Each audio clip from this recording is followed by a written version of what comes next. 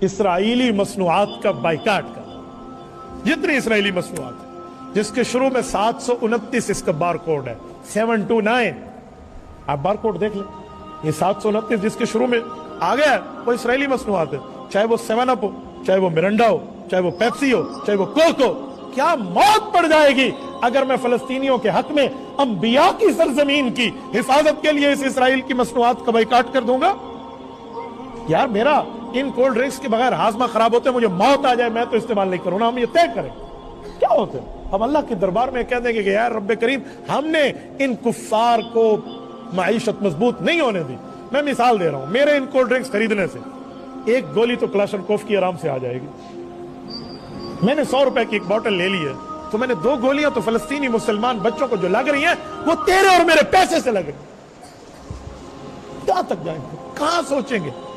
کس جگہ تک ہم بیٹھے ہیں؟